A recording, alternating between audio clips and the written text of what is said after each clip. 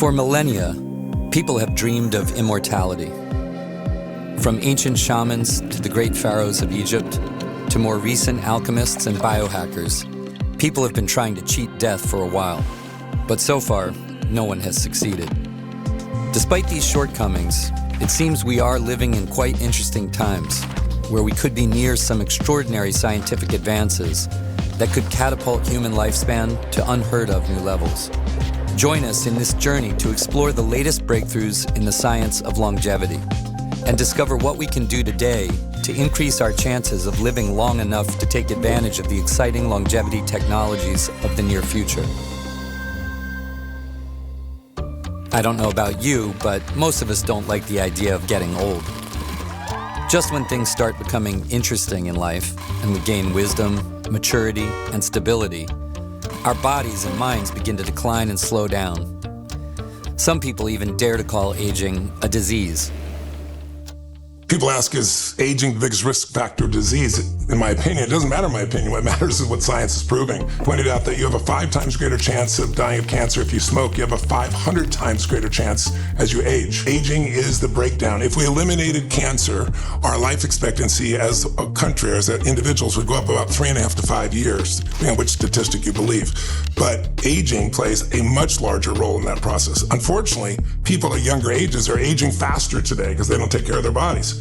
So there's zero question that aging has a giant impact on the breakdown disease. 90% of the people in developed countries die because of aging, not because of terrorism, not because of climate change. The enemy of humanity today is aging. Aging is basically a loss of function. So your kidneys, when you're young, they perform fully and they're able to clear all the toxins out of your body. But after decades of functioning, they start to lose function. The same with the brain, the same with the liver, the same with the immune system, right? Older people are more susceptible to diseases and so on. And that's because there's an accumulation of cells within a tissue that are no longer functioning as originally intended. People over the age of 65 usually have 2 or more diagnoses of an aging disease because they go hand in hand. They are merely the symptom of biological aging. If you look at the definition of a pathology, aging fits a pathology perfectly. If people say aging is not a disease, well, if it's not a disease, why are there some animals that don't have any detectable aging process, like lobsters and tortoises and clams? They have no detectable aging at all. It's about a 3-fold increased risk if you have high cholesterol for getting cardiovascular disease. How many people do you know in your 20s that have cardiovascular disease? Almost none. And yet it's extremely common by the time you get to your 70s. It's like a 100-fold risk. It's obvious. We've known this for a long time. If you slow aging, you delay all of these chronic diseases. So it's clearly a risk factor, the biggest risk factor and the most common risk factor. And that means we should be spending the most effort trying to do something about it. I'm definitely not in favor of aging. I think that aging is the world's #1 problem because it causes so much deprivation, so much suffering. Yes, it kills people, but it tends to kill people after a long period of decline and decrepitude and dependence and general misery. That's a problem. Humans, we want to stay active, young, creative, and for that we need longevity extension. We need a healthy condition, both of the body and the mind. So I think it is an asset, and there is nothing wrong with wanting to be young. It will be a very important step when regulators like FDA will recognize aging as a disease. So this will allow public funding or health insurance to finance these longevity interventions. What's exciting is when you look at aging as a disease, is then you know you can cure it. And if you can cure this disease, then you basically can live forever. Once we've gotten rid of the degenerative process of aging, then most diseases will be eliminated. So when people think about aging and their own lifespan, they frequently turn to their parents and their grandparents to sort of determine how long they're going to live. But it turns out, at least science has recently told us, that only 7% of your lifespan can be based upon your genetics. So conversely, 93% of your health span is on you. So it's going to be what you do with your life. It's going to be what you eat, if you exercise, what things you surround yourself by. we did a bad deal with the devil one day. We came to the devil and says, why is life expectancy for thousands of years 25 to 35 years? That's the life expectancy. And the devil said, oh, okay, you know what? I'll help you. So he did. He gave us the sewer and the clean water and antibiotics and vaccinations and surgery. And what happened? We went through this phase, and now we have those diseases, Alzheimer's and heart disease and cancers and diabetes. And we need to make another deal now. And the deal has to be that we target aging. Okay, and by targeting aging, we're going to prevent those diseases and make our health span better again. A common, inexpensive diabetes drug has been making headlines in the last few years as a potential longevity drug. But what is it? And what's all the fuss about? So Metformin was a drug, or some of its cousins were drugs that were used 80 years ago. And they're actually used to prevent flu and malaria and inflammation. And it's during this time that people noted that those with diabetes, it lowered their glucose level. And so it became a diabetic drug. And we have preliminary data to show you from other studies that people on metformin have less diabetes, they have less heart disease, they have less cancer, they live longer even than people without diabetes, less Alzheimer's. And because of its safety record and because it's generic, it's the cheapest drug on the market, we thought that's a great entry. You know, healthcare providers are not going to object that their subject will be on metformin, such a cheap drug that will have so much health benefits. And when we prove the concept, the pharmaceuticals will jump in and the world will rapidly become a better place. I'm much more conservative here. So I would love to see the outcome of TAME trial, this 5,000 people trial where metformin is going to be used to measure age reversal effect. So I do believe that in 5 years from now, metformin can be first or one of the first longevity drugs. So metformin is going to be a start. It will give us 2-3 years, which is enough time to then maybe add another drug or being more dramatic in how we attack aging. 2-3 years, it's a concept that I want to put in perspective. If we cured heart disease in the United States now, we'll get 2-3 years of life extension. So 2-3 years of health span is a lot, and it's translated to trillions and trillions of dollars of saving. And I'm saying 2-3 years on average, right? Some people, maybe metformin won't be effective, and some people may live 10 years healthier more. Well, everyone can do whatever they'd like, right? And there's different evidence for different molecules. Certainly, there's very good evidence for metformin in animal models that it slows down aging. And there's some initial evidence in humans, although some humans have side effects. And so you don't really know. We know everything we need to know on metformin because there are billions of years of use of metformin across the world. There's not going to be any surprise. When you start metformin, a lot of people have side effects in the first week of use, and it's usually gastrointestinal side effects. Other than that, most people have no idea that they are taking any drug like that. So I would claim that it has the best record of any drug for safety. It does amazing things for you in terms of longevity. Changes your gut microbiota, activates your AMP kinase, does just a myriad of amazing things. At the same time, it's a partial mTOR inhibitor, that's a problem. It also uncouples your mitochondria to a certain degree, so you have less energy efficiency, which means it helps you lose weight. On the other hand, if you're an athlete, you're not gonna have as much energy. So there's all of these sort of caveats and innuendos of these things that we sort of have to be aware of as we start sort of playing with the aspects of longevity. So metformin's actually probably the worst of the, I'm sure it's not the worst, it's the worst of the popular approaches to stress response upregulation. I don't understand why it's popular. This thing just has such mixed results in animal studies. Yet you have this human study in diabetic patients where the diabetic patients gained a small but very consistent gain in life expectancy, just a few years. It's just not interesting. If you told them to go exercise, it would have been way better. We know that for type 2 diabetics, metformin is fantastic for them. It reduces their heart disease risk and kidney disease progression.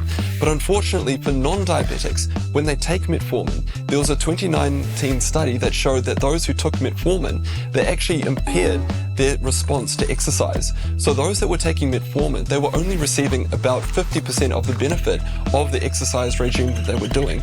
So we need to make sure that with any strategy that we're doing, it's first of all safe and then effective. Nir Barzilai is running this TAME trial that'll help to give us a better answer. And I think there's no reason to kind of push ahead of the science and start taking these things before we kind of have proof on whether they have any impact on aging. Taking a drug used by organ transplant patients and for cancer treatment as an anti-aging therapy may sound a little outrageous. But increased interest in this approach is being driven by the research into rapamycin. So rapamycin is a small molecule. It's actually got a really interesting backstory to it. So it was first found from bacterial cultures on Easter Island, which is, of course, also called Rapa Nui. That's where the drug gets its name from. And what we've learned over the past few decades is that this drug, in addition to having interesting properties in terms of affecting the immune system, also seems to slow the biological aging process in every animal where it's been studied. What we know at this point is that if you treat laboratory animals with rapamycin, you see an increase in lifespan and a corresponding increase in what we call health span, which is the period of life that's spent in good health, free from the chronic diseases of aging. So really the big question at this point is whether or not the same effects will be seen in dogs or in people outside of the laboratory. Over and over again, when rapamycin is tested, we can see a roughly 15 to 20% lifespan extension in mice. So out of all of the molecules that we're currently investigating to see what molecules will actually extend lifespan, I'm most excited about rapamycin. And I think it's high time that we translate some of that mice data into human clinical trials. If you ask a clinician, they're often worried about rapamycin, and the reason is that it's used for immune suppression. So after organ transplant, for instance, people are prescribed rapamycin, but they're not prescribed rapamycin alone. They're given rapamycin plus cyclosporin, which is a very strong immune suppressant. And together, they further suppress the immune system. And so people are worried about infections and things like that if they take rapamycin. But the truth is, in a healthy population, at a low dose of rapamycin, it doesn't suppress the immune system. It's immunomodulatory. In fact, it protects against some respiratory infections. The nice and good thing about rapamycin, if you look at the studies, it's dose dependent, which means the more you give, or the more you take, the better it works. The problem is, with rapamycin, once you get to a high dose, you get side effects, and we're trying to eliminate these.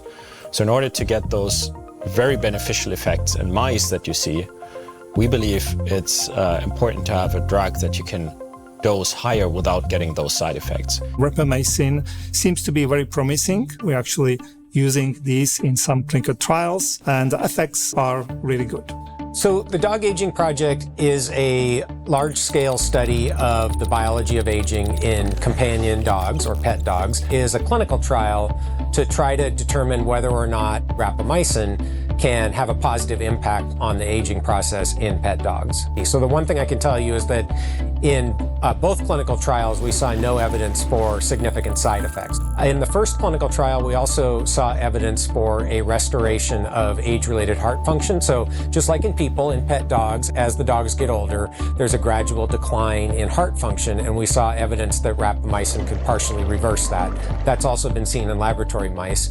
And then in both studies, we saw some evidence that the dogs were more active. And it's important to appreciate that these were double-blind trials, meaning that the owners and the veterinarians, neither group knew which dogs were getting rapamycin or which were getting placebo. Well, I cannot make any recommendations about what you do, but I will say I know a number of people who have consulted with their private practice veterinarian and have convinced their veterinarian to prescribe rapamycin for their dog. A lot of people I know are taking rapamycin off-label. I don't encourage that. I think more research is probably a good idea, but people do it. Yeah, there are certain medications we take at Blueprint which are really on the cutting edge of anti-aging science. Metformin and Rapamicina are two. There's a lot of disagreements in the scientific field about where these drugs are and what their proven efficacy is. We believe there's sufficient data to incorporate it as an experimental. So we are on both. We track the data very closely. We're trying to see what my response curve. If you're taking Rapa blindly, it's really a difficult thing to do. You really want to see how you're metabolizing it specifically and then hone in on that dose. Rapamycin is something that I think a lot of people are excited about, and I'm fairly optimistic about rapamycin, but I'm waiting for the clinical trials. Either there's clinical trials going on in dogs and companion animals, and also starting clinical trials in humans to see what this has an effect. Rapamycin is very well known for slowing down aging, but all of those claims are made on a population level, and you just don't know whether that effect is going to be realized and if you're going to pick up any kind of side effects. I think people should be very careful what they do, because if you take something for 10 years and you think it's slowing down your aging and then you find out it actually accelerated it, or you picked up cancer or something like that, that's obviously a bad choice. So it's a gamble, and everyone has the right to gamble with their body whatever they like. In terms of a prediction of what's possible for human life expectancy, as I said, I think it's at least plausible that something like rapamycin or one of the other interventions that we're studying today could have an impact of a decade, maybe 2 decades, on healthy life expectancy for most people. Some people don't seem to care that much about how long they live, but when it comes to their pets, it's often a different story. We see pet longevity as being something that's a really important part of the human longevity agenda, because I think people need to become aware of what's possible with these interventions.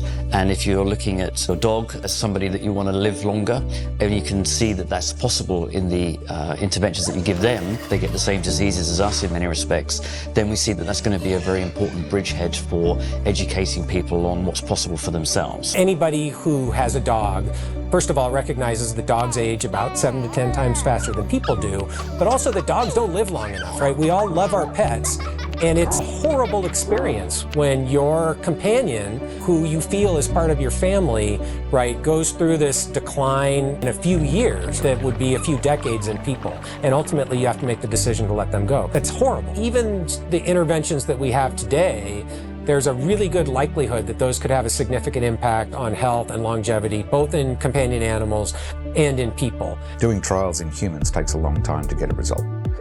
You can be waiting 60 or more, many decades to get a result. In animal trials, we're able to get drugs to animals faster in the cycle of testing. And because their lifespans are shorter, we can show an influence on their lifespans a lot sooner. And what I can talk about is that they're not on the market yet, but we're using them for compassionate use. And what we're seeing there is that people's dogs are going from old dogs to puppies again. The dog that used to not want to go for a walk is now waiting at the door to go for a walk. The dog that they used to take for a walk and it would be dragging behind is now out in front, pulling on the lead. Interestingly, when you say, do you want to live longer? People say, I'm not sure. But if you ask if they want their dog to live longer, I've never found somebody that says no. Kidney disease is one of the leading causes of death in the world. Could a drug that targets kidney disease hold a promise to slowing down aging? There's something called clotho. Clotho is in every animal, every human being. It's a gene expression. When it is high gene expression, people live long. When it's low, you live less. It determines your brain as well. They believe it'll have an impact on dementia. In animals, for example, with mice, they take the clotho gene out and their life expectancy drops by 80%. They expand the clotho gene, in other words, the expression, as they get older. Usually like NAD, many other things, it shrinks, like stem cells. They shrink, they drop. But when they bring it back to normal levels, in mice at least, they live 30% longer. It'd be the equivalent of 20 more years in a human being's life. So clotho was discovered in the late 90s in Japan by a Japanese scientist that was looking for treatments for hypertension. Since then, there have been over 6,000 academic studies and publications looking at clotho. Klotho's a circulating hormone primarily produced by the kidneys, which declines with age. So through research, my scientific team, we saw that there was a strong correlation between kidney health and overall longevity. Humans that have kidney disease or kidney failure have low levels of Klotho. And we see, just like in the original mouse studies, these humans rapidly age. My kidney function was dropping.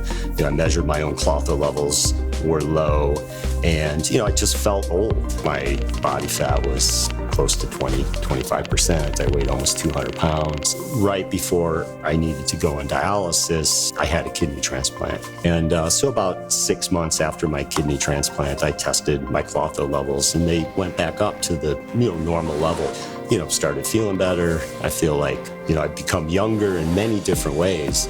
So they're just going through the safety protocols now. Next year, they hope to start their traditional approach with humans, and I'm very excited about testing that out and being a part of that process, because everything I've seen so far makes it fascinating what it can do. It's a very big difference in your body's ability to regenerate, also to clean organs in your body, arteries in your body. It's extraordinary. We're developing this as a regulated drug, not a nutritional supplement. We'll go through FDA clinical trials starting next year and bring it to market, as soon as we can. Kidney disease is a big problem. 40 million people in the US alone have chronic kidney disease. 500,000 people a year die from kidney disease, and currently there's no treatment. So again, there's so many new discoveries that are happening that can transform everything. What you got to do is take care of yourself long enough so that these technologies catch up with you. That's really it. If you do the right things now so you're around, you're probably going to live to see these things, because we're at the base of a geometric progression and understanding how we can transform the body. Many studies have shown in animals and in humans that even a moderate amount of exercise, walking, some light strength training, does increase natural production of Klotho. We suggest everybody get in moderate exercise. Healthy kidneys, longer life. What if we could program our cells to become younger? That is the promise of epigenetic reprogramming, a new field of science that aims at reversing aging at the cellular level. So there are some very exciting therapies coming through. There's a lot of focus on cellular reprogramming, which is to be able to take cells back to a more youthful state, but for them to still maintain their identity. If you could change back that epigenome so that the right genes are on and the wrong genes are off, can we revert you to a younger age? And a lot of people believe that we can. We're seeing skin cells being reversed by decades, 30 years. We're seeing blind mice regaining their vision. We also know now that you can take cells of a given type and turn them into a completely different type. So you can make a skin cell a neuron. And then now I think the most exciting thing, that you could take an old cell and turn it back into a seemingly young cell. So I think we have a lot to prove on whether we can actually do that in a whole body like a human and do it safely. But I think just the scientific discovery itself is so exciting, and I think opens up a whole number of pathways that we can go down. It's looking very promising, and we need something that's very precise for those clinical trials. We'll see where the science goes in the next 20, 30 years. It's really hard to predict. Maybe epigenetic reprogramming will be the breakthrough that everybody's hoping it will be, and we can see substantially larger impacts on health span and lifespan, but we'll just have to wait and see. The FDA is known for their rigorous approval process for new drugs, and it often takes decades and hundreds of millions of dollars to get a new drug approved. In the field of longevity, there is a group of people known as biohackers that don't want to wait for official approvals. Many call them reckless. Others refer to them as innovators. Recently, I tripped and I fell, and I had to go to the doctor and get it sewn up. And I went there. This is an emergency room in a mountainous area. He said, "Sir, are you on any medications?" I thought, oh boy, this is going to be tough. And I said, okay, I'll just give it a go. I said, well, I'm taking Metformina. He said, the drug for diabetics? Yes. Anything else? I said, yeah, Rapamicina. The drug people give when you're doing a organ transplant? Yes. Anything else? I said, yeah, Dastatinib. The leukemia drug? Good Lord, son, what are you doing? And it was a good reminder of the things that we do for the Blueprint protocol of slowing my rate of aging and rejuvenation are so outside the norm, it just strikes people as bizarre. But we take a whole bunch of basic things like vitamins and minerals, then much more advanced things like metformin, rapamicin, or carbos, which are prescription only and are on the cutting edge of aging science. Doctors can repurpose drugs, okay? It's not against the law to repurpose drug. And their doctors would give them metformin, that would give them rapamycins, that will give them senolytics. So it's out there, and people are using that. We're not going to have the data from that. We're going to trust the data, but people who are aging don't have the patience to wait 10 years for a drug approval. I'm essentially a longevity hacker. I try things for me because I need these things. I don't have time to wait 5 or 10 years for some kind of a big scientific study to be approved. Part of that is also the understanding that any kind of a scientific study is based on some solution that in some sense will work for the whole public. I'm not the whole public. I'm one person. If it works for me, that's good enough. I've got so much I want to do. I need 500 years. When you approach life with that kind of expectation, all of a sudden, you're not looking at the end of your life. So when you get very old, a lot of these things that are of dubious benefit, or at least hard to measure benefit for younger, older people, it starts to be worth taking a shot. So they're sophisticated biohackers. Many of them are scientists. So the goal here is to hang around and catch up. This is the whole concept of longevity, escape velocity, to stay around until science catches up, until regulations allow the science to treat these aging conditions. I mean, the first thing to say about the self-experimentation community is they have a lot of improvement to do. If you're going to do this stuff, hope is not sufficient. You must measure before and after. You must test the compounds you're ordering from wherever you're ordering them from. You know, you have to do this properly. And frankly, self-experimentation has a great history in the scientific community, that it has a bad rep these days. If you look back in the 1800s or even like the middle of the last century, people are out there injecting themselves and testing things on themselves, and bold and brave scientists are actually making progress based upon this. And it's an entirely viable approach that is somewhat diluted by, not to be too offensive, all the idiots whose approach to it is, hey, let's try this thing and see how I feel. You just can't do that. We live in a world in which most people know more about their car than they know about the operation of their body, and that's criminal. It shouldn't be the case, but that it is what it is. Technological breakthroughs in longevity are moving at incredible speed, and advances in nanotechnology might be just around the corner. We are the beginnings of nanomedicine. And by nanomedicine, I mean injecting tiny, tiny, tiny little machines into our body to go in and do repair work in cells that have aged and have lost their ability to reproduce effectively. I think that's really exciting. Nanotics is developing injectable, biodegradable nanoparticles called nanots. And the amazing thing about nanots is that instead of adding things to the body, they take things out. They take the junk out. Think of them as little tiny sponges that circulate in the body, and they absorb harmful substances that contribute to inflammation, aging, cancer, and sepsis. And they go and clean up the mess that accumulates with aging. They're able to unmask cancer for the immune system. The same treatment is able to address senescent cells as well. It's a pretty exciting new technology. The idea is to receive these injections periodically and clear out this harmful junk that shouldn't be in the body and needs to be taken out. In the near future, these nanotics and other longevity treatment will be used first in clinical trials to treat diseases. And Nanotics specifically will do clinical trials to treat cancer in the Massachusetts General Hospital and in the Mayo Clinic, and to treat sepsis at the Cleveland Clinic. So 3 of the best hospitals in the world are focusing on this novel nanotechnology. Senescent cells can be a problem for aging, and the field of senolytics is searching for ways to tackle these pesky little zombie cells.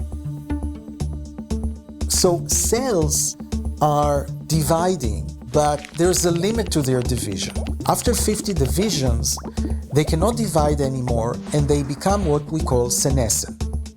When they become senescent, they're changing their biology and they're starting to accumulate lots of proteins and inflammatory markers that are being secreted to their environment.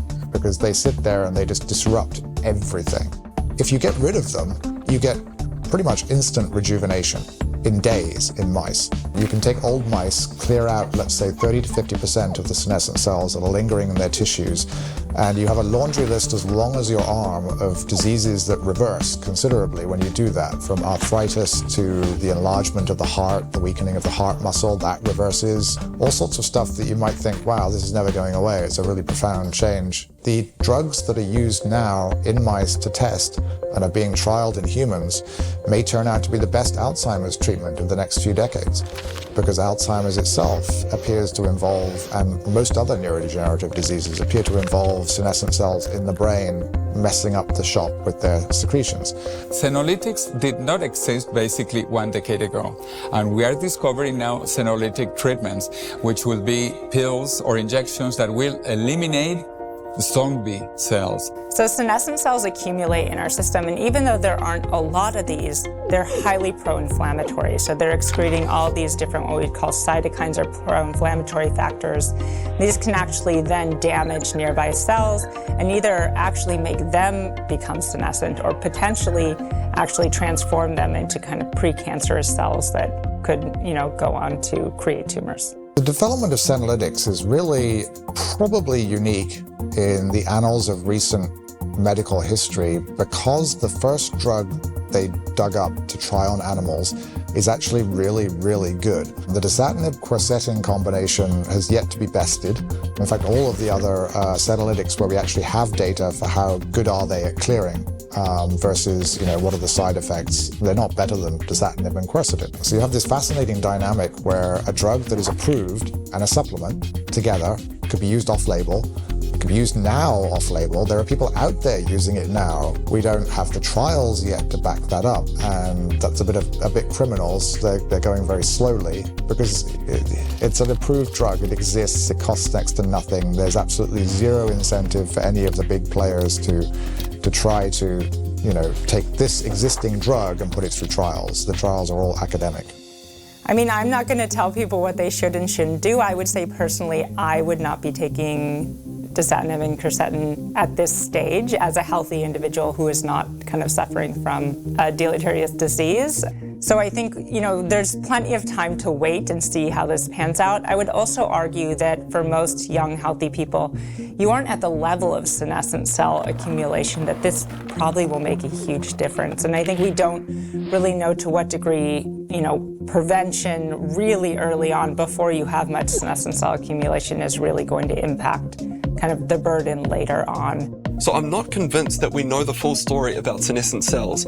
We don't yet know which senescent cells we need to remove and which ones need to stay, because the process of senescence, it helps to reduce cancer rates. So we probably don't want our old cells from dividing because they've probably got damaged DNA or mutated DNA. So we don't want those mutations to proliferate or to grow.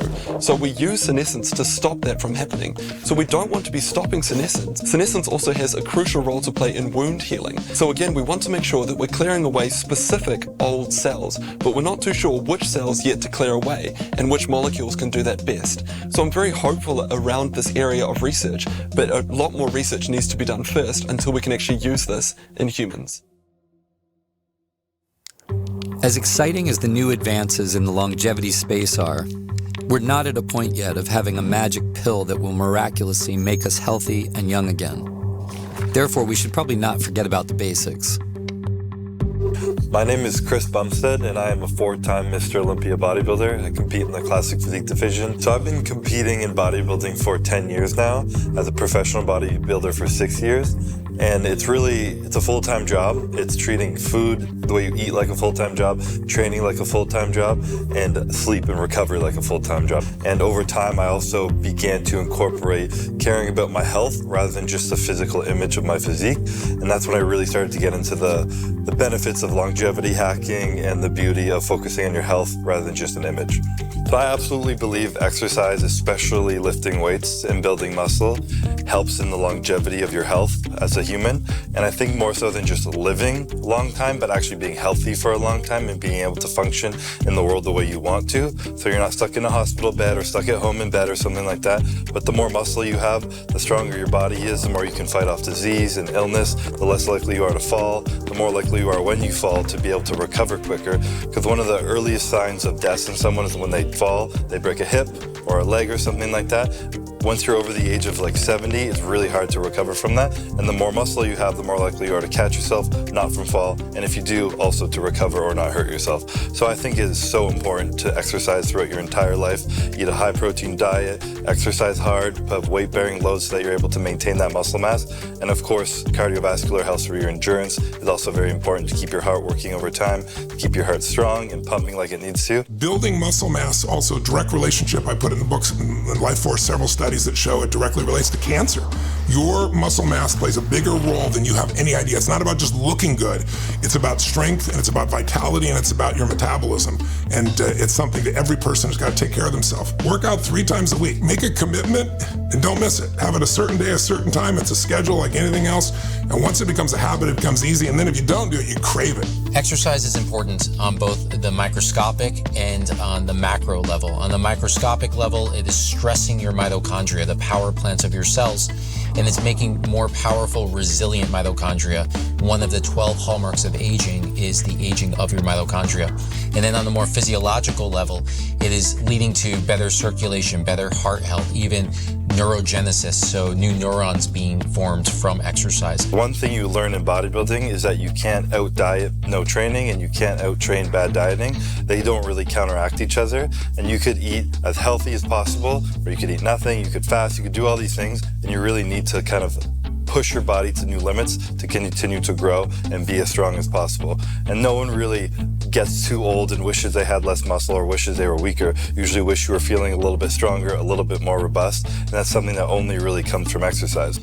I actually work out more now than I did 10 years ago or 15 years ago because my body needs it more. Usually it's anywhere from 45 to 90 minutes plus trying to walk places.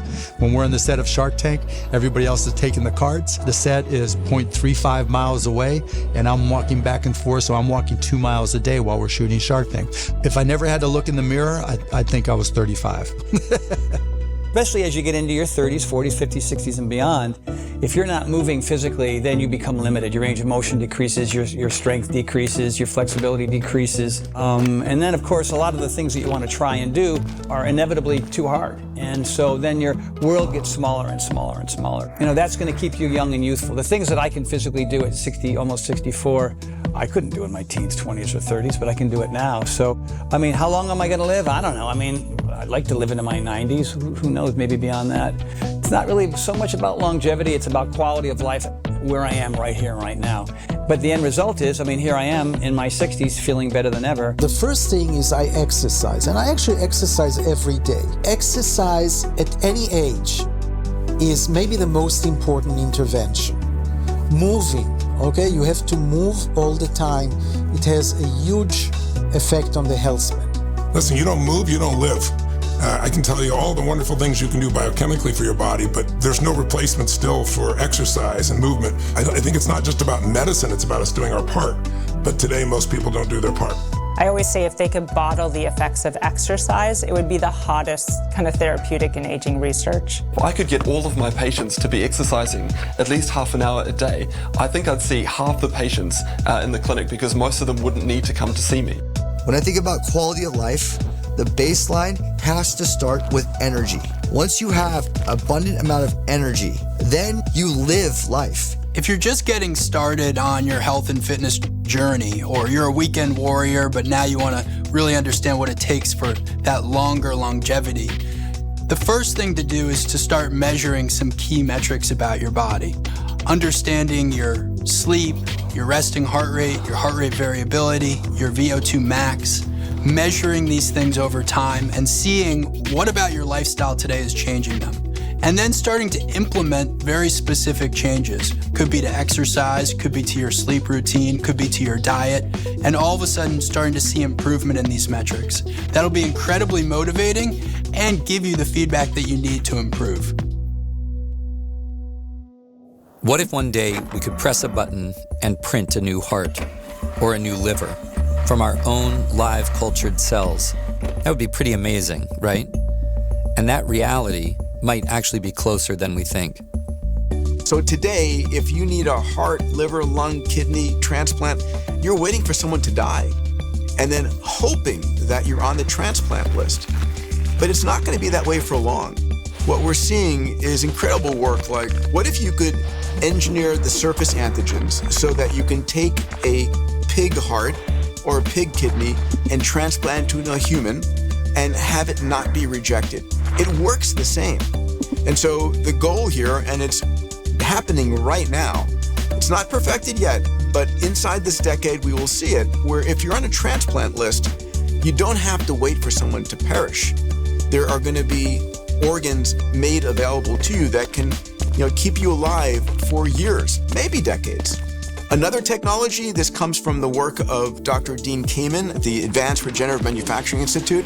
He's built technology that can take a pluripotent stem cell, take one of your skin cells, turn it into what's called an induced pluripotent stem cell, put it in one end of the machine. The machine replicates that stem cell billions of fold, and then has those stem cells differentiate in the proper fashion, and then manufactures an organ. Imagine being able to go from a skin biopsy to a new heart for yourself, or kidney, or liver, or lung. It's an extraordinary time. How many times have you woken up refreshed after sleeping for 8 to 10 hours, or felt like a zombie after a sleepless night? This contrast tells us how important sleep is to our bodies, and that perhaps it can even affect our longevity. The longevity therapies I'm most excited about are sleep, diet, and exercise. They're the most uninteresting and basic components that no one wants to hear about because everybody wants to hear about the magic drug, but they're the three things nobody's doing. I believe sleep is very important for good health because during sleep you release growth hormone and you have to give the body a chance to reanimate. There's a lot of hormonal and other mechanisms of restoration that occur during sleep. Slow wave sleep and REM sleep are really the two most important periods of sleep. Slow wave sleep is more focused on repairing your muscles and your body, and REM sleep is getting your mind to repair cognitively. It's also when you're dreaming. So people who say, they can't remember their dreams or they don't think they dream, they're probably not getting enough REM sleep. But both these periods of sleep are incredibly important. But I've fucked my sleep off for so many years. My REM is like pretty poor. So I'm trying to figure that out the best I can so that my energy is as full as possible from a renewable source. People will say like, oh, we're having dinner. It starts at 8. Like, 8? Are you kidding me? Like, we are so heading upstairs at 8 to go to bed. Because I lived a life where I was always exhausted. And it's like you're burning the candle at both ends and it catches up to you. And at some point, you can pay the price in a heavy way, especially if you're doing what I do. I used to say I'll sleep when I die. I used to sleep, 5 hours, 5.5 hours being my max. Sometimes 4, which, is not good. You can't sustain that. I think everybody has a variance in their capacity. But when I was doing Life Force, of course, I had to do the homework on sleep. And I interviewed some of the top sleep experts in the world. And one of them said to me, Tony, I'll prove to you beyond a shadow of a doubt the value of more hours of sleep. I said, okay, tell me. He goes, we did a study on 1.6 billion people. I said, that's total BS. No one did a study on 1.6 billion people. He said, yes, we did. All the countries where people have daylight savings time. And he said, you'll find this in every single country. When we spring forward and you lose an hour, the next day, in the next 24 hours, there's a 24% increase in heart attacks. And he went through all their statistics, car accidents, everything. What's crazy is when we fall back and get 1 hour extra, in the fall, the exact number, 23%, so with a 1% change, it goes the other way, meaning less heart attacks. So if 1 hour of sleep can do that, I started saying, so now I work to get 6. because sleep is such an important thing for longevity. I think if you're trying to live a long, healthy lifestyle, stress reduction and sleep are some of the two most important and easy things that you can apply. Within that, obviously, there's different cues and things that help. Personally, I like to just make sure stress is as low as possible when I get close to bedtime. So I stay away from stuff like social media, blue light, my phone, anything like that. I just try and really decompress, whether it's through meditation or just spending time with my dog and my fiance. I wear these blue light blocking glasses, which prevent blue light from coming in your eyes, and you can feel your brain relax as you put those on, because you're preventing any harsh lights coming into your body. Because naturally, humans were meant to go to sleep when the sun came down and when it came back up. And now with artificial light and everything, we've kind of thrown off our circadian rhythm. I'm in the 99.4 percentile of quality sleepers.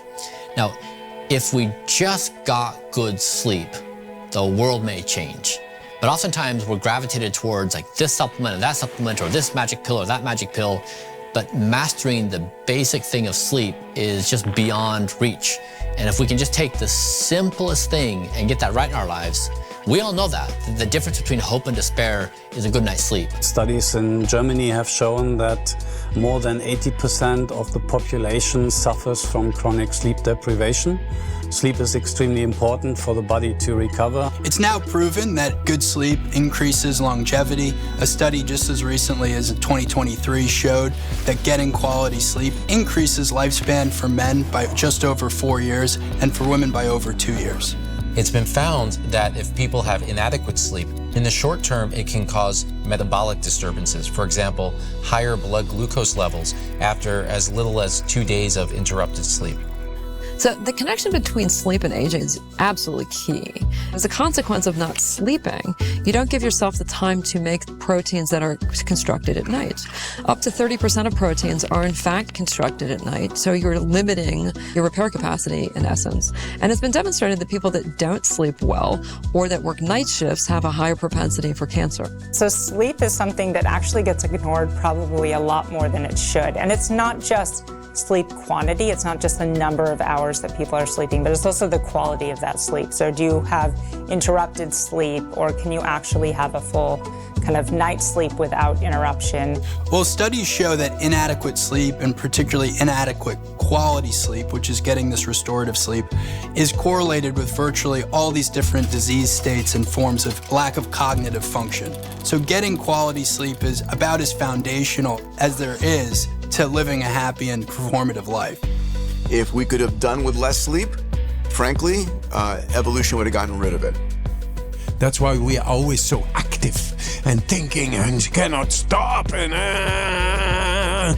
And when we want to go sleep, we have no peace. It's because of the cortisol. You take a cold shower, you will sleep like a baby. So here would be my tips for sleep. 1, if you can, sleep in a room by yourself. I'm fortunate that I can, not everyone can. Do I think sleeping with our partners is potentially dated? Maybe. I mean, if we actually look at all of our habits in society, we live the traditions of dead people. We do so much of what's been done for hundreds of years, and little of it is questioned. But when you're trying to synchronize 2 people in one room, bedtimes, wake-up times, disturbances, it's a difficult thing to manage. Not everybody has the luxury of having their own sleep area, but where it's possible, I strongly suggest people do it. Number 2, black out your room, no light. Number 3 is no alcohol. It destroys your sleep. 4 is be mindful of how close you eat to bed. I currently fast for about 10 hours, which is a lot, but try to eat, give some time separation from your last meal to when you go to sleep. And then 5 is I do a temperature-controlled room and or mattress. Controlling temperature for sleep is really helpful. And then finally, go to sleep at the same time every day, no matter what. So I have connected light bulbs that change color an hour before bedtime, and they turn red.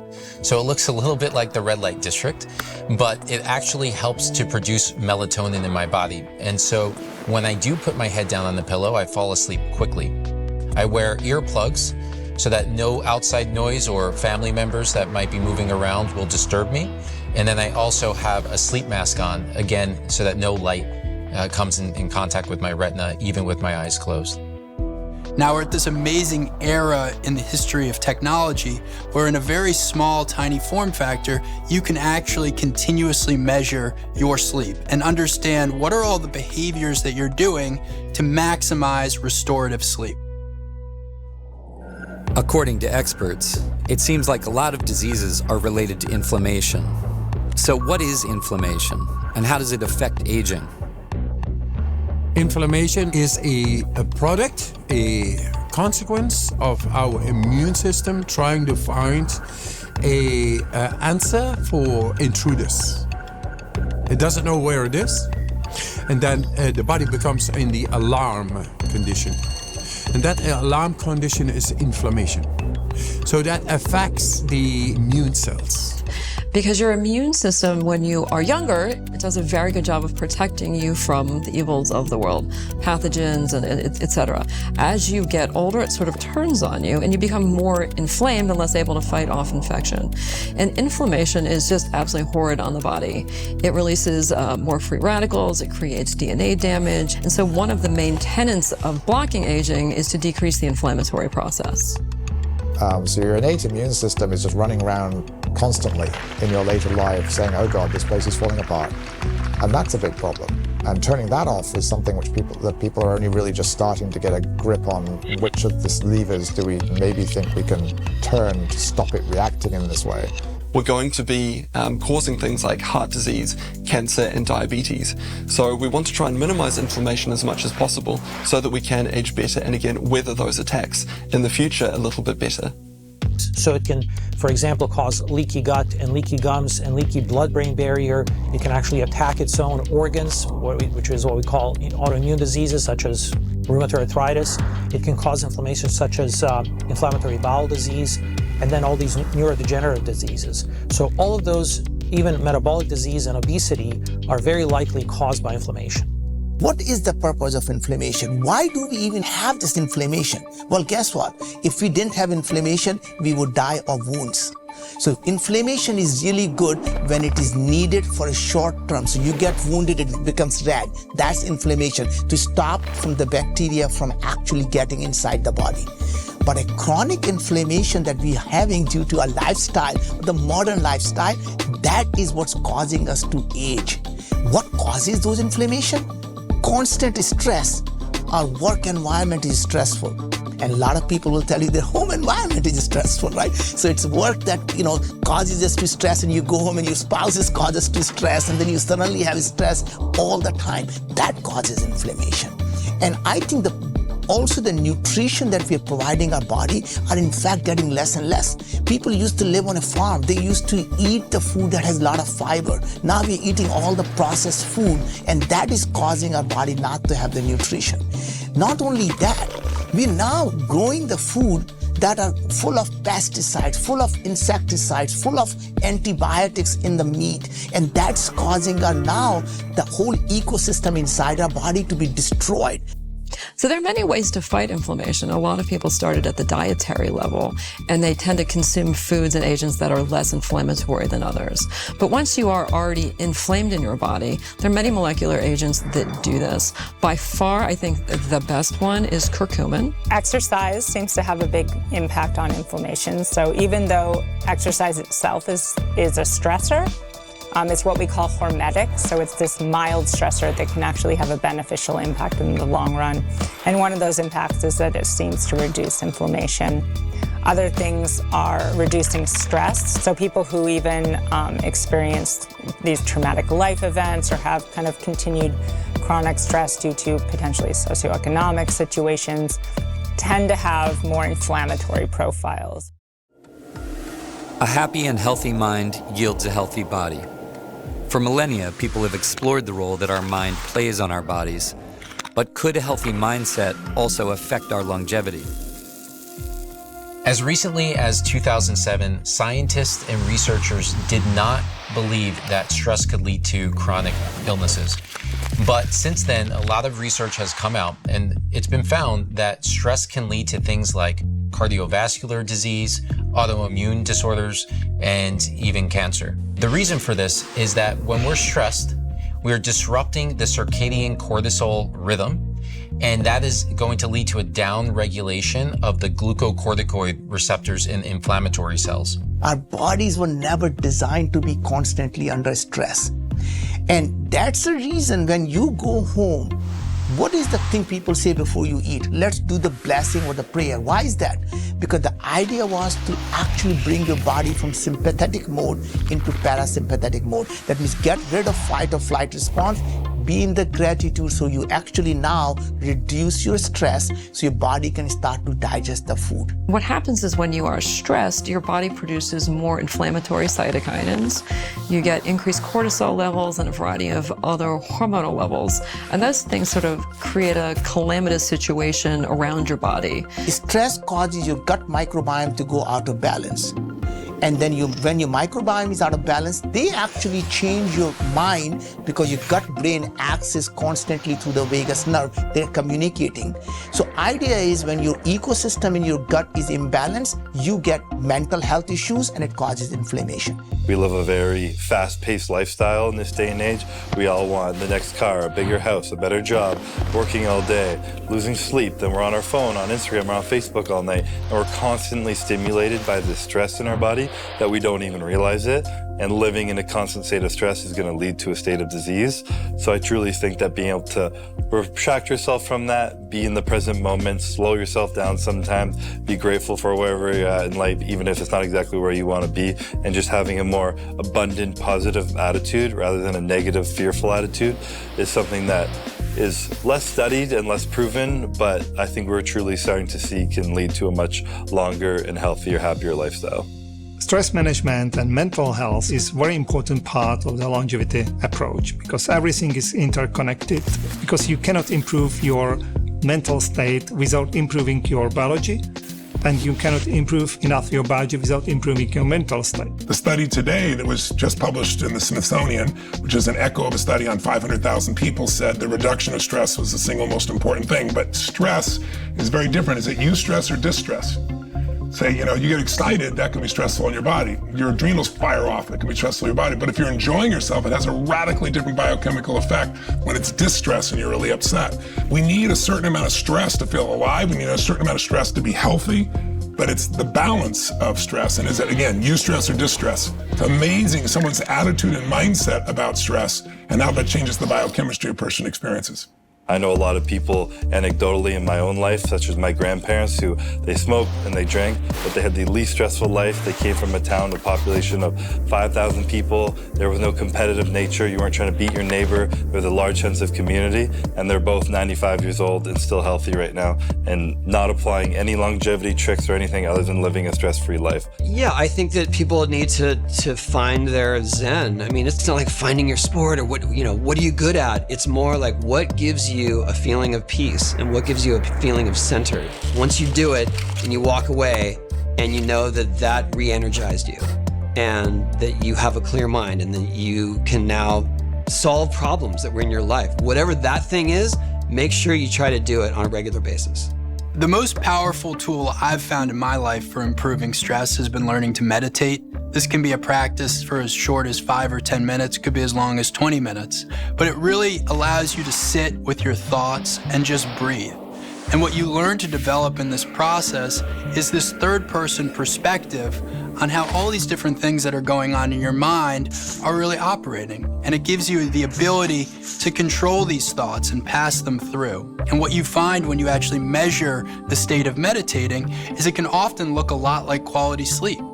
And it can often really decrease your resting heart rate and increase your heart rate variability, which are key signs that your body is actually in a performance state. Managing stress, the best way of doing it is yoga. And the reason I tell you that, when you're doing yoga, you have to listen to your breath. That means you can't think about anything else. I would say exercise definitely promotes good mental health and helps stress management. There's a lot of endorphins and hormones that your body releases through training hard and exercising hard. A lot of oxytocin, serotonin your body just naturally releases. You get a dopamine surge from a heavy lifting workout and all these things, and it naturally will decrease your cortisol levels. And there's also a fact that if you go in with high cortisol levels into the gym, your body can use that cortisol to push through pain thresholds and train harder, and in the end, your cortisol levels will actually be even lower. It turns out things like making art, creativity, dance, movement, exercise, mindset, joy, those things have biological objective measures. So I make sure that I minimize any toxic relationships in my life. Hopefully I can eliminate them. If not, I minimize my time with those people and I maximize my time with the positive people in my life. And when it comes to relationships, that does not exclude animals. So I have my dog, Mia, who I'm in love with. And I find that even just stopping for a second and giving her a hug or a kiss really calms me down a lot. And I can feel the endorphins flowing through me when I spend some time with her. So purpose in life actually describes why you get out of bed in the morning, what makes you tick. It is the reason behind your actions, and it serves as a navigation system that guides you through life and helps you to strive and achieve. And during the day, when you become nervous or anxiety or stressed, just do 10 or 20 breaths. You keep it 1 minute, like take that moment. You stop the stress. What happens in the body? 5 times more blood will be flushed into your heart and into your brain. Give it to your body. Give it to your brain, the seat of the mind. It's power. It's life force coming in. You want death force or life force? Not all cells are made equal. There are certain types of cells called stem cells that hold a big promise in the world of longevity and anti-aging. So what are those cells, and how can we benefit from them? So I've been getting stem cells now for about 3 years. I first got it for a chronic injury I had in my knees. My knees were super sore and I was building arthritis from the way I train. I train really heavy, really hard, very consistently, and it takes a big toll on my body. And stem cells are something that are great for bringing down inflammation, but what I learned is that they're also great for modulating your immune system. And I personally have an autoimmune disease called IgA nephropathy, and that started to affect my bodybuilding career, my stress in my body. It was really just taking a toll on me. And ever since then, I haven't had an autoimmune flare-up. I've been much healthier. My kidney filtration levels are much more in range now, and all my health markers have been kind of getting much better over time, along with all the other stuff I've been doing. But I'm sure also the stem cells have been a huge contributor of that. All stem cells really do is they help to repair or restore function. So they're kind of the building blocks. If something is damaged, they can help to repair that damaged tissue back into a normal state. Now, stem cells also have a unique ability to self-divide, meaning they can go through this process called mitosis, where they can divide and regrow new tissue. Aging is happening because of these cellular processes. What if we can take these cellular processes and turn them back into a normal state, meaning like you were when you were 20? The stem cells are that regenerative engine. They're constantly repairing, but as we age, the number of cells in our body can be reduced by hundreds to thousands of fold. So we don't have the cells there. And the DNA that was resident and pristine at birth is beginning to degrade as we age. So one of the big technology areas is, can we replenish your stem cell population?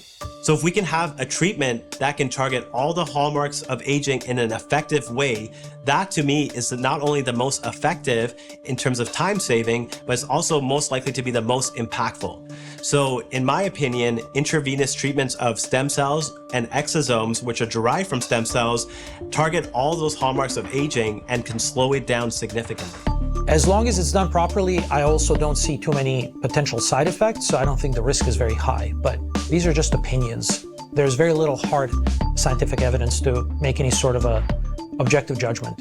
It's hard to say that everyone should try stem cell therapy because there's plenty of ways to be healthy very naturally without drugs, without spending a lot of money. But I think there's specific people who have specific problems that it can definitely help with, whether it be chronic injuries, arthritis, lots of inflammatory diseases, autoimmune diseases. I think they can definitely help. But I also believe there's plenty of other methods to help. If that's not really in your price range to afford stem cells, there's much more you can do. But it's definitely something that I would like to see the costs come down and the availability to the public become a lot more widely available to the public so everybody can use it. Like Hippocrates once said, "Let food be thy medicine, and let medicine be thy food." This old adage, it seems, is still valid to this day. Are you keto? Are you paleo? Are you pescatarian? Are you vegan or plant-based or whatever it is? You can be what you want, but you gotta eat healthy food. You gotta eat whole foods. And that means in general, regardless of which one of those things you are, you gotta eat a lot of plants. You know what I mean? And you have to have some high quality protein. I think diet is one of the most cost-effective ways to increase your health.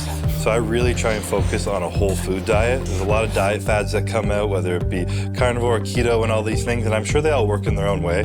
But at the end of the day, they're all restrictions that stop yourself from putting certain things in your body. And I choose just to put natural whole foods in my body. Whatever's been around the longest on this earth, it's probably there for a reason. And it's not made by us, it's made by the planet Earth for us to eat. So that's how I typically build my diet, as natural as possible. If you switch to mostly plant-based diet, this can easily add 2, 3, 5 healthy and happy years to your life. I'm not religious about being plant-based. I occasionally eat meat or fish, but I'm also very focused to consume as much vegetables as possible. I do have a whole plant diet, and at the end of the day, try and minimize my animal proteins that I bring in. I love being vegetarian. It can be weird when you're with a bunch of guys going to a steakhouse. What I eat really makes a difference in how everything in my body operates. Literally, I'm plant-based, raw vegan.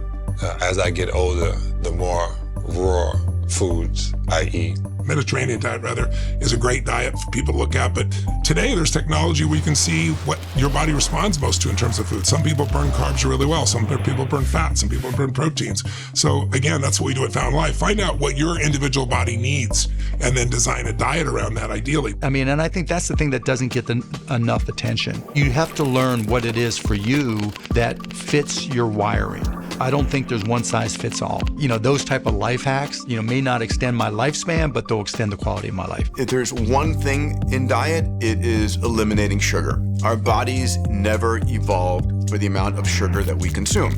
Sugar is a neuroinflammatory, it's a cardiac inflammatory. It is, unfortunately, addicting and ravages the body in a multitude of different ways. When you get older, food becomes more like medicine, where you need the nutrients in order to be able to be your best self. My opinion, and also the scientific evidence, shows that plant foods are the sine qua non of a healthy diet. And so in our experience, the sicker the patients are, the more they have to rely on a 100% plant-based diet. So there's been a lot of debate as to which diet is best, but overwhelmingly it seems that at the moment, the best diet or the best evidence for a diet would be the Mediterranean diet. So this is things like lots of fruits, vegetables, fish, olive oil, nuts, seeds. Those are the things that seem to actually improve our health and improve the aging process. I eat a 95% plant-based diet. I eat a little bit of fish, and so occasionally we'll have a little bit of cheese or dairy in my diet. So there's evidence from both epidemiological, which is just, looking at different populations, and also some experimental data showing that plant-based diet is what we would call anti-aging. So it's associated with slower rates of aging. So from the epidemiological perspective, you can look at kind of these longest lived populations around the world, which live in these areas called blue zones. And they tend to be, although not exclusively plant-based, mostly plant-based. In terms of whether specific diet approaches to dietary components are good or bad, look, everybody's trying to sell you something. Vegetarians are generally better off, but are they better off because they're not eating all the gunk that comes with meat? Or are they better off just because vegetarians tend to eat fewer calories? Even a question as simple as that, nobody can tell you the answer. So just basically eat sensibly and keep the calories lower. The most practical things that people can do: 1, identify the worst version of yourself. And you know who that person is. In me, it was Evening Brian. 5 p.m. to 10 p.m., he ate junk food and way too much every single night, and I couldn't stop him. You have your own version of Evening Brian. Who is that person? When do they show up? What are their arguments? And what can you do to develop a plan to stop them? So in my case, I fired Evening Brian and said, you cannot make decisions anymore. But one of the most useful things you can do in your life is identify versions of you that engage in self-destructive behavior that you feel powerless to correct. Try to overpower that. Name the person, identify their behaviors, what their thought patterns are, what their arguments are, and then systematically eliminate them from your life. The purpose of Health Longevity Cafe is to make longevity solutions massively affordable and available. This is why we are building up to 10,000 cafes around the world where you can get the basic evaluation of your health, and the cafe will serve you in a way how to improve your health on a systematic way.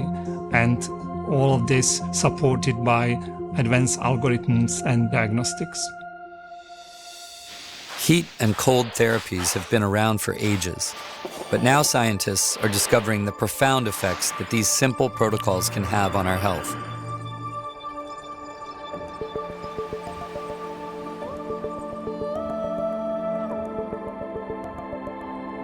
My name is Wim Hof. They call me the Iceman because I broke a lot of records in the extreme cold. Cold exposure is the training of the neglected cardiovascular system. It is the best cardiovascular workout you can imagine. It is the training of 125,000 kilometers of blood vessels and millions of little muscles inside. It is tackling the cardiovascular related diseases, killing millions of people in Western societies every year. One of my favorite things that I've been doing for the last 5 years is ice baths. So I have a cold plunge in my backyard, and I like to do these away from working out either early in the morning or on a rest day, because how strong the anti-inflammatory benefits are of it can actually decrease the benefits of hypertrophy training, such as lifting weights. You want the inflammation from immediately after training, so you don't want to get an ice bath after that, but applying it at different parts of your day, it can decrease your cortisol levels, increase dopamine, it can help reset your HRV levels to help you sleep better at night. There's a lot of benefits that come from cold therapy, and a lot of studies have been on that lately. So at a certain moment, I came in contact with scientists, and they tested me, experimented me, and researched upon me. And they found out that I was able to bring down inflammation. Inflammation causes 50 to 60 million people to die every year, and probably a couple of billion people to have a less quality of life because of inflammation. As long as cells are able to reproduce and to divide, you live longer. You can influence that process very directly by going into cold showers every day. Because then you train the cardiovascular system, and then the oxygen, nutrients, the vitamins, they get everywhere in all the cells. A cold shower a day keeps the doctor away. That's what I always say. And now even the doctors are doing it because they know the shit works. I'm a great fan of cold plunges. I have started this practice like 4 years ago, and I have observed a tremendous difference. So I have suffered from frequent colds years ago until I changed to cold showers, which I do every day. And this has actually increased my resilience against infectious diseases quite tremendously. Ancient cultures were drawn to saunas not because they thought they would live longer. They were drawn because it made them feel better. Similar to today, it could be 70 degrees outside and you feel the warmth of the sun. It just feels really, really good. Heat exposure for longevity is a really interesting area of research. There was a lot of data coming up from Finland where they were looking at sauna use, and it seems that the combination of sauna use with exercise seemed to protect against heart disease even more than just exercise alone. By going into saunas and subjecting yourself to quite high temperatures, we elevate the heart rate and we start to sweat out different salts, and by doing that we're activating heat shock proteins. So it's hoped that by activating those types of proteins, we can make our cells more resilient. Specifically, we can protect our cells from heart disease. The good news is you can activate these powerful heat shock proteins through any type of heat activity. It could be a hot bath, it could be hot water with lemon, it can be a sauna, it can be anything that generates heat. I also have a sauna, which sometimes I contrast therapy. I go back and forth from sauna to cold tub. And within that, I'll wear a heart rate monitor, and I'll let my heart rate get really high in the sauna, whether doing sit-ups or push-ups, and then I'll immediately go over to the cold tub, maybe do some breath work like that. And sometimes I'll see my heart rate go from 150 beats per minute to 50 beats per minute in the matter of like 2 minutes. And that is it's a system that I do that allows my body to adapt to stress a lot more effectively. Believe it or not, one of the most powerful things research has shown that will transform your health is a sauna. A sauna, 20 minutes at over 162 degrees, and the best saunas are those infrared, so you have to get one that goes that high. But the research on that is unmistakable. 55% less chance of having a heart attack, 52% less chance of having a stroke. I mean, it goes on and on. The goal is 5 times a week. The study shows if you do it 3 times a week at 20 minutes at 162 degrees higher, you get all the benefits I just described you. But to me, it's just a habit. I just do it. It's fantastic. Sir William Herschel discovered infrared in the 1800s. It was the first major discovery and really brought infrared to being known. So much has changed since that occurred. Today, infrared is used in hospitals. Newborn babies are put in incubators with infrared lamps to emulate the mother's womb. Dr. Harry Whalen worked with NASA. What we realized is if you had a wound, it doesn't heal the same in space as it does on Earth. So he used LEDs to increase cellular growth to improve wound healing. This was then later used by the US military, in particular Navy SEALs. Extreme heat exposure is also really important to me. Once I learned that when you do saunas 5 to 7 times a week, you're reducing all-cause mortality up to 50%. I'm not just doing it myself, I'm asking my mom to do it every day. We have numerous studies showing the benefit of combining both light and heat to make the brain healthier.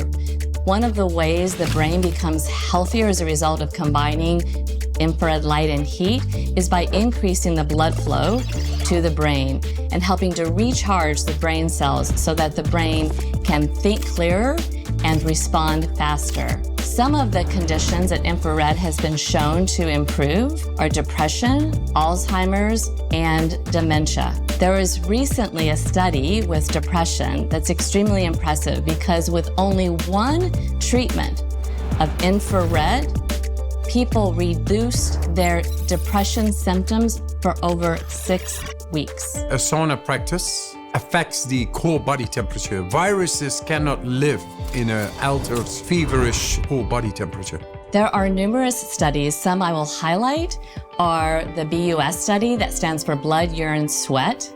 This study showed the difference of heavy metals being removed from the body with infrared treatment through sweat versus blood and urine. For example, one of the results was when people tested for mercury, 15% had no levels of mercury, but then when they tested their sweat, it was 100% had mercury. Infrared saunas increase the promotion of white blood cells, which help to build your immunity.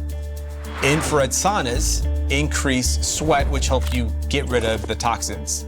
As your body's sweating, it's fighting to cool itself down. That increases circulation, which also helps to push the immune cells throughout your body, getting them to where they need to be. And finally, using an infrared sauna, relaxation, it's everything.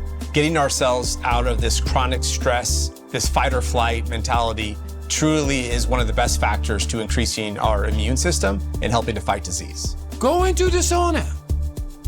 It's amazing. It works. I love the sauna. So, what if the breakthroughs in longevity do not become a reality as quickly as we would like them to? If we're running out of time, is there a plan B? Personally, I also believe in cryonics. If someone dies, we can cryonically suspend them and keep them frozen, if you will, for maybe 50 years until we can reanimate them. So I think this is a possibility. This was also impossible before until it was discovered with in vitro fertilization, which is freezing embryos or human eggs or human sperm. So we know that this is possible, and there are 8 million humans who have been already frozen when they were embryos. Back in the 1970s, we really were freezing people. We didn't have any technology that would allow us to do anything else. And as most people know, when you freeze tissue, you get crystallization, you get dehydration of the cells, a lot of different problems. Over the last 47 years, we've come a long way in what we're able to do. The biggest breakthrough was about 15 years ago when we learned how to vitrify tissue. Vitrification is a physics term which refers to taking a liquid below the ice point and not having it crystallize, but have it turn into a glass-like state. Obviously, there's a lot less damage. Once we were able to do that, it was like huge leaps forward. But we still had the problem of rewarming. Those of us who are more optimistic think it will be 50 years or less, and those who are more pessimistic put it at about 100 years.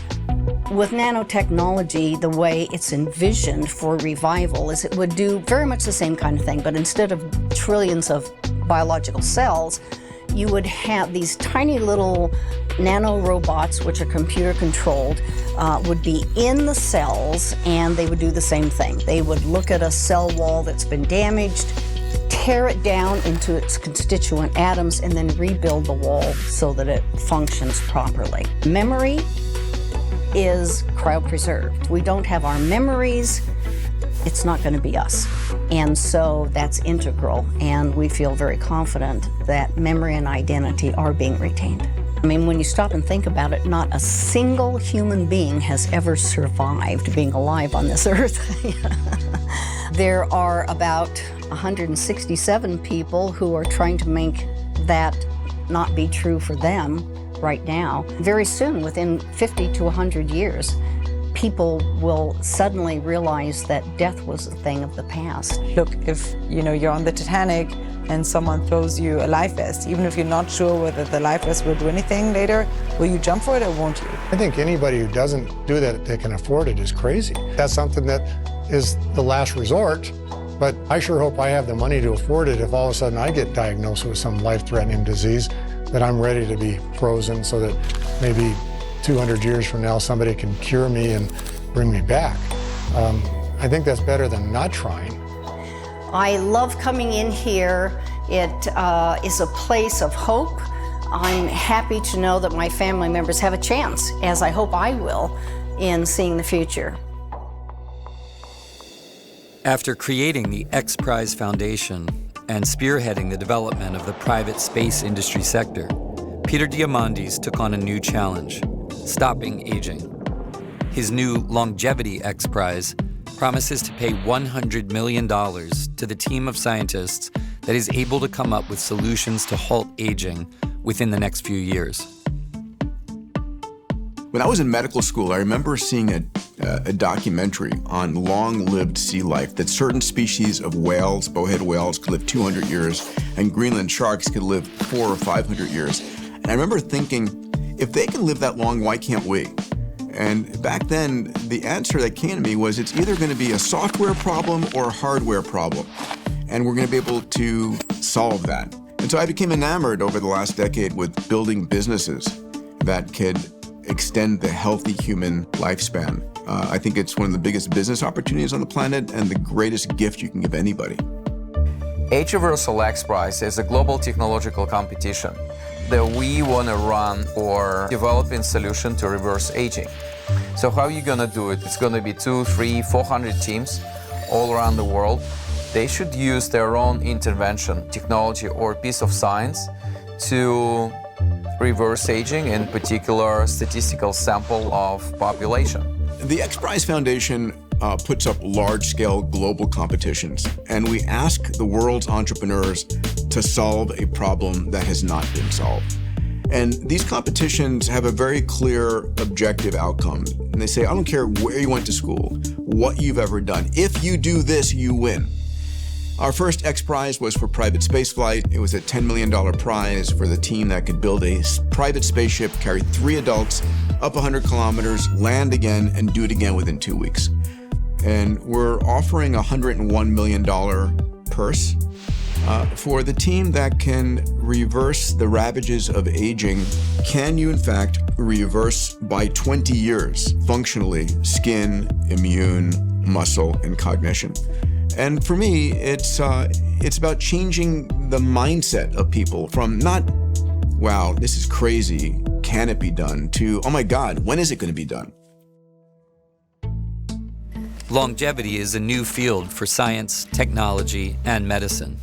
There are many questions out there and several misconceptions about the space. So when you start to talk to somebody about extending human lifespan, one of the first places they go to is, what about overpopulation? But there's a couple of really relieving data points that need to be discussed in that. The first one is that all technology is working in parallel. It's not that all scientists are working on extending aging.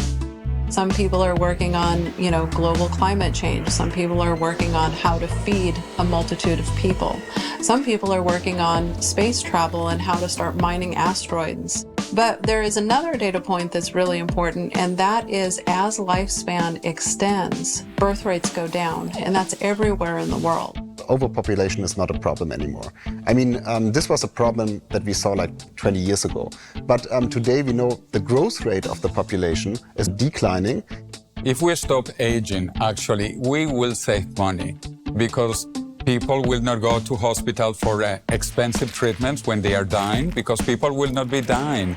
So actually, we will have more money. The governments will have more money if people are young, if people don't age, if people don't need expensive medical treatments, if there is no retirement funds, because people will be young and able to work indefinitely if they want in an economy of abundance. And indeed, a recent poll suggests that 68% of Americans would support the treatment of aging if the therapies were safe, effective, affordable, and available to all. How old are you could soon become an outdated question. As people begin to implement longevity and life extension therapies, their biological age might soon become quite different from their chronological age. According to scientists, in just a few decades, 100 years old could become the new 50. The problem with aging is everyone knows their chronological age, but really what aging researchers are interested in is this concept of biological age. So this is why we see the rise in disease or the increase in mortality risk as a function of age. And it's this kind of divergence, again, away from this optimal state. So the best way to keep track of whether your lifestyle is conducive to longevity is with a biological age clock. So there are multiple forms of biological age clocks out there right now, but the most accurate currently are epigenetic clocks.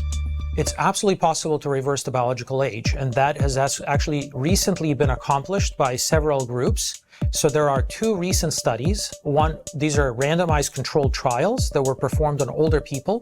Those people had their biological age measured using one of these biological clocks, molecular clocks, and then they were put on some kind of a program to try to slow down or reverse the aging for a certain number of months. And so the two trials that I can remember very recently, one used the human growth hormone, and in just a few months, they were able to not just slow down aging, but actually reverse it by 2 years in a group of people. Now, human growth hormone is sort of a controversial drug because it can also cause cancer, so it's not something that everyone would like to take. But in another trial, people used alpha-ketoglutarate, and that's just a normal supplement. They did sort of overdose it a little bit. They used several grams per day for several months. But in that short period, they actually showed that they can not just slow down aging, but reverse it significantly. I think it was something by 1.5 years or 2 years reversal in a few months. Let's take a guy, he's 55 years old. He's 40 pounds overweight. His cholesterol is sky high. His LDLs are high. He's out of breath. He's in terrible shape. His sexual function is in the toilet. The guy's a mess. We put him on the right kind of program. We do HRT, hormone replacement therapy on him. We change his diet. He loses the 40 pounds. His cholesterol comes down. His LDLs come down. His HDLs come up. All of a sudden, this guy physiologically is a different person. What if one day we could stop aging? And what would happen when we get to that stage? Do we become immortal? What would that even look like? Well, it's amazing that we as humanity have always had this fascination for living forever. and that fascination has never died. We are definitely at the cusp of increasing our lifespan and health span. There is no doubt in my mind. There is nothing in our body that says that when we turn 100, we must die, or 130, or 150, or 200. I really believe we will be able to live as long as we want, and we'll be able to live healthy as long as we want. And to me, that is the purpose worth living for. So when you look at telomere length, they say the cap that you can live is about 120 years. So that's our kind of genetically programmed time to live as long as possible. And there have been people who have lived up to 120 years, but that was without any technology, without any medical innovation. Now we can alter the genetics. We can modify the environment in which these telomeres are attritioning, meaning they're becoming shorter. So we can modify that environment. It's hard to know what the maximum age will be, because 120 years is just our base. That's what we have to work with. Those are the raw materials that we have in our body. If you were to tell most physicians or medical researchers in the year 1900 that we will soon have magic bullets that cure infectious diseases, bacterial diseases, it would have sounded too optimistic. It seems to me that our ability to arrest aging is an inevitability. Absent any catastrophic event stopping progress, biology is an engineerable system. We have increasingly powerful tools to interrogate biology, program biology. It's different, it's more complex than computer code, it behaves differently, but there's no reason to believe that we will not be able to arrest aging.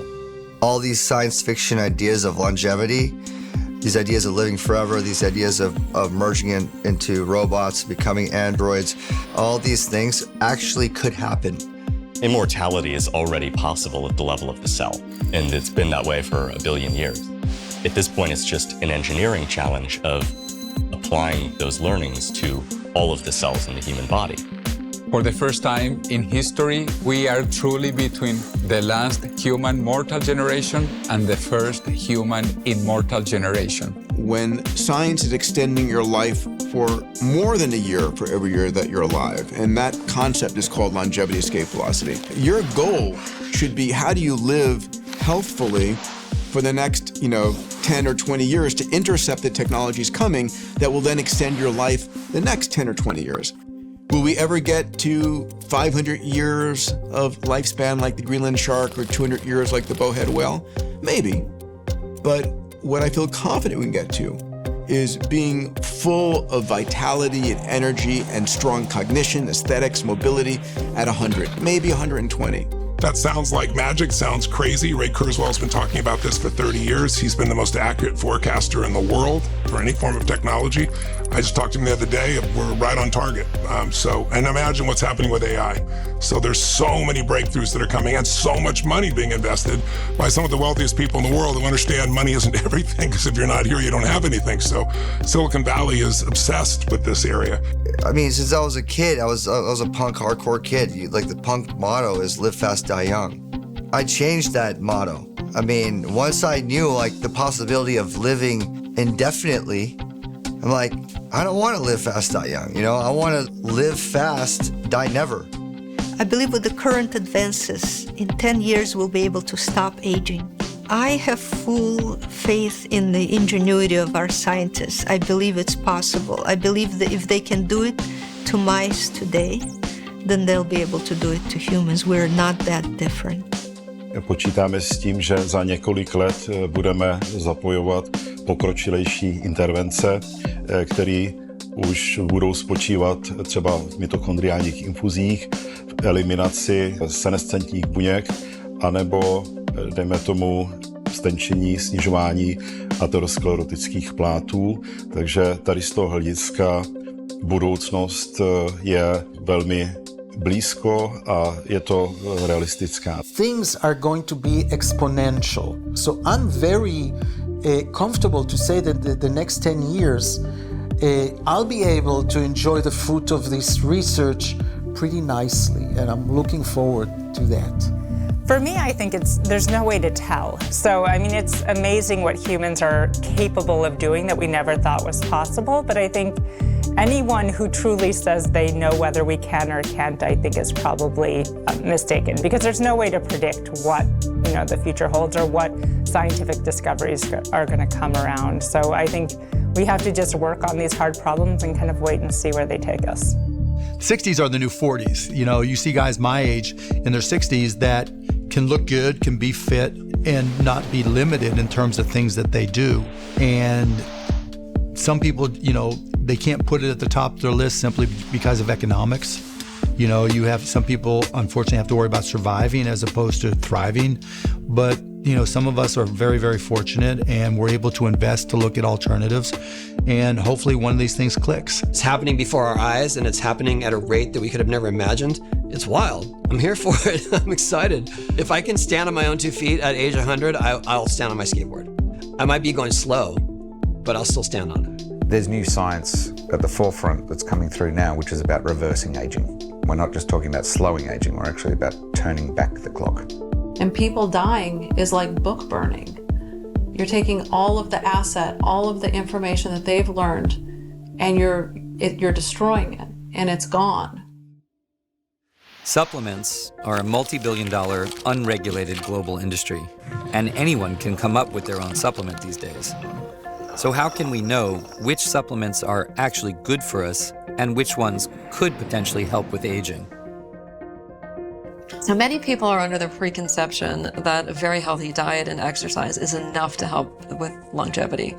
And the answer is sort of. Definitely, a good diet and exercise will help you avoid a lot of disease, and it will help you with longevity to a certain degree, but it's truly not enough. We know so much more in the medical field about cells, and as an example, we know that taking pterostyl, which comes from blueberries, activates sirtuins, and this is extraordinarily beneficial for longevity. And people say, oh, I sprinkled a few blueberries on my salad, isn't that fantastic? And the answer is, yeah, I bet salad tastes great and looks very pretty. Unfortunately, it's not enough blueberries.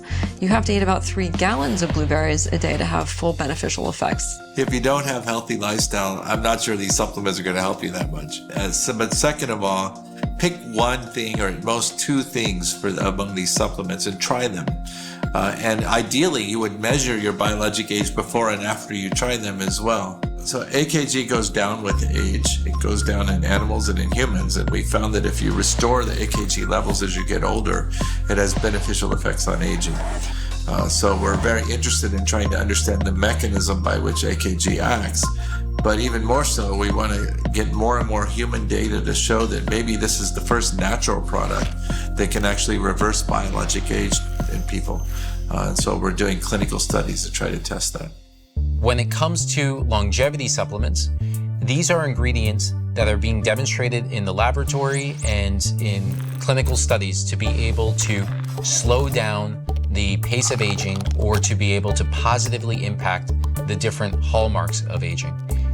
It's a short list, but ingredients like alpha-ketoglutarate, fisetin, glycine, and so on have been found to have these very positive effects on the aging process. And what's even more exciting to me is the combination of these ingredients. So one of my absolute favorite things in this category is astaxanthin. It comes from algae. When algae gets angry, meaning physiologically stressed, it makes this lovely pink-orange goo, and that is astaxanthin, and it protects that cell from physiologic stress, especially oxidative stress, and it protects us from oxidative stress. There's a database online called the Drug Age Database, and this database has more than 2,000 studies cataloged for more than 1,000 molecules, from pharmaceuticals to over-the-counter natural ingredients, across 37 different species that show lifespan extending characteristics of these ingredients. It's the most complete database in existence for lifespan extending compounds. As you get older, you have micronutrient deficiencies. So you need to make up those micronutrients, which is why people should take multivitamins. However, an excessive amount doesn't actually help with longevity. It just makes you not as unhealthy as you could have been. That's a fun hobby to take a lot of supplements a day. So people who take, 70 or 100 supplements a day, I think they're having fun with what they do. I don't think that we can say it's doing much good beyond that. Yes, all of the mechanisms exist. All of these interactions are documented. These supplements do something, but that something is likely too small to care about. Most supplements, the vast majority, are not longevity supplements. They might be for some short-term health benefit, maybe exercise performance or focus or improving libido or whatever it is that people are looking for. And many companies will claim that they're longevity supplements simply because they are good for short-term health outcomes, but that's not in fact the case. So there's lots of interest, obviously, in natural products that might target the biological aging process. One of the big advantages of natural products is you don't have to do an FDA clinical trial, right? So if they work, it's much easier to get that to consumers and to the general public. The downside is doesn't require FDA approval, meaning nobody has to do a clinical trial. If I had to place a bet right now, I would say alpha-ketoglutarate looks interesting. There is some reason to believe that alpha-ketoglutarate could potentially have beneficial effects, at least in some people, in the context of aging. If you want to take something with the full knowledge that it is experimental and we don't know for some of these things even how safe they are, but it's worth it to you, right? Because, you have developed some major chronic diseases and you're kind of at a stage where you'll try anything. I think, again, as long as you're talking to your doctor and you're taking things legally, I think it's fine. But again, just acknowledging that we don't know and really understanding the science of where things are versus kind of the hype. Vampires using other people's blood to achieve immortality is the stuff of folk mythology. But some scientists today believe that young blood could actually help slow down the pace of aging. The field of parabiosis, or plasma exchange, is definitely a controversial topic, but it has many people intrigued. Parabiosis, which is young blood. This is also very important, and incredible advances have been done in the last couple of years. We are identifying what is good in young blood and what is bad in old blood. And we will soon discover really the key elements to rejuvenate blood, because blood goes throughout the body and it will allow the body to stay younger. Actually, blood plasma is something that is very scalable. Blood transfusions happen all around the world every day. And I think that that's going to be a very important part of having systemic rejuvenation. And we see that these therapies are really going to come through within the next 5 years. There's a history of literature showing that if you take blood from a young mouse and give that to an old mouse, this is often done surgically through a process called parabiosis, that can actually have beneficial effects on the old mouse. Interestingly, when you connect the circulatory system of a young mouse with an old mouse, it has detrimental effects on the young mouse. Obviously, surgically attaching a young person to an old person isn't going to fly, right? So the alternative would be transfusions, plasma transfusions, for example. I don't think there's much evidence yet in people that has significant beneficial effects. But again, it's pretty early and only very, very small, uncontrolled trials have been done.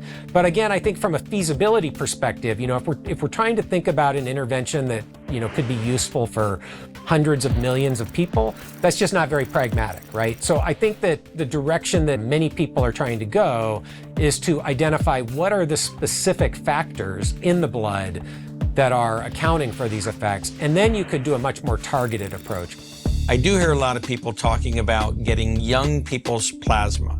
And certainly that can be done. It's typically done in a clinical trial setting where you get rid of your old plasma and you get young plasma in return. From the data we have so far, getting young people's plasma really didn't make a big difference. It was simply the process of getting rid of old plasma that really made a difference from an aging standpoint. If you have too many inflammatory markers or toxins in your blood, it's going to increase your propensity towards aging. Plasmapheresis helps us do that. It removes some of these toxins, inflammatory markers from your blood, and we replenish it with healthy serum, albumin, basically. Perhaps we can slow down aging, the disease of aging, by getting rid of our old plasma. Gene therapy sounds scary. Altering a person's genome could obviously have unforeseen consequences. But despite the unknowns, there seem to be exciting paths for these technologies when it comes to longevity and aging. I think CRISPR is very exciting. I think like anything, it's like AI, it can also create some challenges too. I'm not just a blind optimist. But if you look at human history, electricity can light up a city or it can kill somebody. So I think these technologies have to be monitored, but the opportunity with CRISPR to, for example, have children now that can see again, that were blind, that's actually happening as we speak. We sequenced the human genome back 20 years ago. It used to cost $1 billion and take, a year to sequence a single genome. It's dropped from billions of dollars to hundreds of dollars. And from a year to like 7 hours. So we're gonna sequence every person's genome. As a baby is born, their genome will be sequenced and we'll understand what are they likely to come down with as disease. Can we solve it in advance? You of course can optimize health span, you can slow your speed of aging, but if we want to prolong life in any meaningful way, we're going to have to get gene therapies working robustly. As humans, really, we can only live to 120, 122, and really we need something at a genetic level to be able to change that, to be able to be living older. So we see that gene therapies are going to be a very important part of the longevity agenda. Most people understand that exercise is the best way to fight the aging process. What if we could give you an injection that can help to increase your bone density, your lean body mass, it can extend your lifespan by 30%, and it can almost trick your body into feeling like it's exercising at a cellular level without you actually exercising. That's the promise of the follistatin gene therapy and other gene therapies that are currently being developed. And it's the world's first reversible gene therapy, which means that you can take an antibiotic and you can get it out of your body at any time. There's no other gene therapy in the world that can be reversed. Right now, as with any new technology, it's expensive. But Moore's Law will apply, which means the manufacturing process to make these gene therapies will become better. And as that process becomes better, it becomes cheaper. And so within 10 years, I've envisioned a future where this will be democratized and accessible to everyone. So I believe that we don't need to be subjected to just the laws of evolution anymore. We can control it, and I think that even though survival of the species is better if we knock off the old, I think we can figure out a way for the human species and our pets to survive even without the old being knocked off. In any industry, there are scams and shady practices. And in the health and longevity space, it's no different. So what can your average person do to help differentiate good science from bad science and promising therapies from straight-out scams? Everybody wants to sell you something. And the people who don't want to sell you things, they all have a different opinion. So ultimately, you're going to have to learn how to read the scientific literature and how to form your own opinions based on that primary data. We're trying to distinct between anti-aging and between gerotherapeutics or geroscience. It's a major problem because a lot of the people in the anti-aging are charlatans knowingly, okay? In other words, they tell you, take that, and you live forever, and you take it and you die, nobody sues them. Or they're not really charlatans, but they're thinking that they have a promise, but they haven't shown that this promise is working. If we can't find robust evidence to support it, then we don't do it. In the current culture of health and wellness, there's a lot of participation in things that don't have scientific evidence. It may work, it may not. We are a group that works on scientific evidence and data. Well, the science of longevity before 5 to 10 years ago was garbage. And whatever people were sort of talking about was probably not very accurate. Perhaps well-intended, but not very accurate. And the population is sort of just sitting ducks. And I think that's putting a really bad slant on longevity science because that's just entrepreneurship. That's people wanting to make money from people that don't know anything. So I think right now, people have to understand several things. Number one, the science is real. We're no longer these crazy crackpot scientists thinking about a world that's non-existent. You can't improve your health, you can't improve your longevity.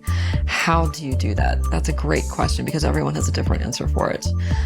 For real longevity, it's cellular optimization and then re-evaluating what your cells do need rather than just throwing in everything that you don't need. One thing that we can say is that the promise of life extension is mostly a promise, is not yet possible to deliver upon, may never be possible to deliver upon, and yet there are going to be a lot of buying customers. The field of anti-aging has more quacks and charlatans than any field ever. People for thousands of years have been touting cure aging products that don't really work. The bottom line is, Even in scientific peer-reviewed studies, you can find support for anything you wish to be true. A lot of people will force some study to get published just so they can market a product. You know, it's an interesting field to work in, right? Because it really is at that interface of, you know, really rock solid, rigorous science. There's plenty of that in the field. And then at the other end, there's pure snake oil. Talk to two scientists, they will give you two totally different answers about aging and what to do about it. Talk to two self-experimenters and one of them will be trying to sell you something. And the other one won't know what they're talking about.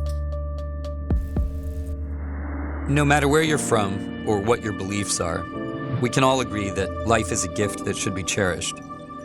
The people working in longevity and life extension fields want to extend that gift for humanity. Whether they can achieve it remains to be seen. But if they succeed, it would bring a new horizon to humanity, where diseases of aging become a thing of the past. To me, aging is just being who you are, regardless of what the number is. We're giving people more years with the people they love. We're giving them more years to work and be productive. We're giving them more years to do what they love. So when we're investing in longevity, what we're really doing is making society better. I can't say what the future of longevity science holds for us, but I think with all the great minds working on it, it's going to probably be pretty amazing. So anti-aging to me is not the end goal, it's what it represents, that we as a species become more peaceful and compassionate, and we can focus our energies less on indulging in these meaningless self-destructive behaviors and more in this wide open frontier where we say yes to the future.